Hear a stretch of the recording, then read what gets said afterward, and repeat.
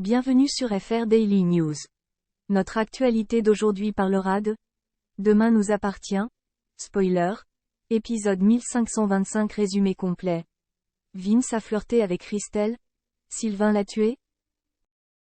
George interroge Nor en présence de Soraya. Elle confirme qu'elle a couché avec Vince. C'est un gars doux et attentionné. Nor a expliqué qu'il ne lui avait jamais demandé d'argent. Vince a aidé Nor à exprimer son malaise. Ils sont passés à l'acte. Vince devient Gabrielle, ainsi Nor peut lui dire ce qu'elle veut. Nor a un alibi. Elle était de service la nuit où Vince est mort. Sarah vérifia l'horaire de l'hôpital. Christelle a dit à Sarah que Vince était un bon professeur. Elle avait suivi quelques cours de yoga avec lui. Audrey et Lizzie disent à Jack qu'il a toujours été extrêmement jaloux, depuis qu'il est enfant. Philippine donne rendez-vous à Damien, qui lui rend le collier qu'il a offert à Violette. Elle ne veut pas le garder. Damien trouve que ce cadeau est un peu tôt. Damien rappelle à sa mère que Violette a besoin de temps, qu'elle doit laisser Violette venir à elle. Philippine invite Damien à un repas pour rencontrer Audrey et les enfants. Victoire raconte à Benjamin ce qui s'est passé avec Vince. Elle n'a pas vu ce qui allait se passer. Victoire demande à Benjamin de retourner travailler à Saint-Clair. Audrey souhaite aussi que Benjamin reste à 7. Jack et Ryan partent en pique-nique et Ryan se moque de la jalousie de Jack. Roxane demande à Violette comment s'est passée sa rentrée. Elle est heureuse d'être avec Lizzie et Jack en classe. Violette a admis qu'elle aimait Jordan depuis le début. Soraya pleure dans le bureau. Gabrielle la rejoint. Elle lui avoue que Nor n'arrive toujours pas à accepter sa rupture avec Gabrielle. Elle a fait du théâtre avec Vince. Soraya se sent mal pour sa sœur. Gabrielle demande à Soraya de ne pas tout remettre en question. Il ne veut pas la perdre. Les Philippines ont organisé une rencontre avec Violette à The Spoon. Elle lui dit qu'ils iront à son rythme. Les Philippines vont s'installer à 7 pour faire connaissance. Les Philippines géreront son travail à distance. François retrouve Swazik pour un café lors d'une pause. Swazik sentait que les choses étaient tendues avec Charlie. Il n'a pas hésité à dire qu'il pouvait parler du passé car Charlie n'est pas là pour se plaindre. Swazik a avoué à François qu'elle s'est sentie humiliée lorsque Vince est parti. Il lui a volé de l'argent dans son sac à main plus ses clés de voiture.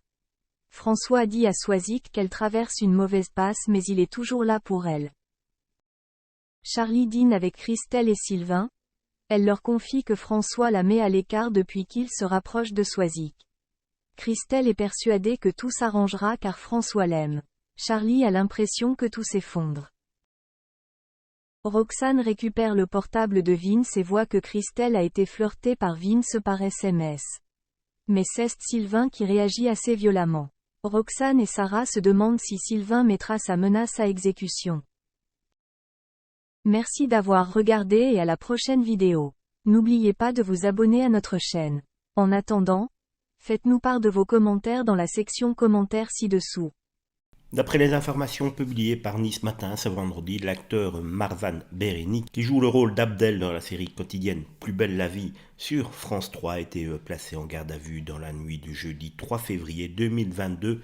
Cela s'est passé à Saint-Paul-de-Vence. Les gendarmes sont donc intervenus suite à un appel leur indiquant un tapage nocturne. Ils ont trouvé là, alors à ce moment-là, en arrivant, le comédien sur place, blessé à la tête et visiblement sous l'influence de l'alcool. Selon Nice Matin, son comportement très agressif et ses insultes ont fini par avoir raison de la patience des gendarmes qui l'ont menotté et placé donc en garde à vue. Un meurtre assez mystérieux s'est déroulé à Perpignan ce week-end. En effet, un homme d'une cinquantaine d'années a été tué au numéro 7 de la rue Gabriel Andrieux le 5 février. Ce dimanche, le parquet de Perpignan ne dévoile rien du profil de la victime. L'enquête ouverte pour homicide volontaire s'annonce délicate. En effet, l'homme venait d'emménager dans son appartement et était très discret. Ses voisins ne peuvent même pas dire si l'individu vivait seul ou accompagné. Le dossier en effet est donc complètement verrouillé au lendemain de la découverte d'un homme tué de plusieurs coups de couteau dans l'appartement dont il serait le résident. Un meurtre mystérieux comme je vous l'ai dit car cet homme, dont pour l'instant on ne connaît que l'âge, aurait emménagé très récemment au dernier étage de cet immeuble situé à moins de 150 mètres de l'avenue Torcatis. Ses voisins proches, comme je vous l'ai dit, étaient incapables de le décrire, ne sachant même pas s'il vivait seul ou non. C'est pourtant bien l'une d'entre elles qui aurait alerté les forces de l'ordre en découvrant d'abord des gouttes de sang sur la porte d'entrée et dans la cage des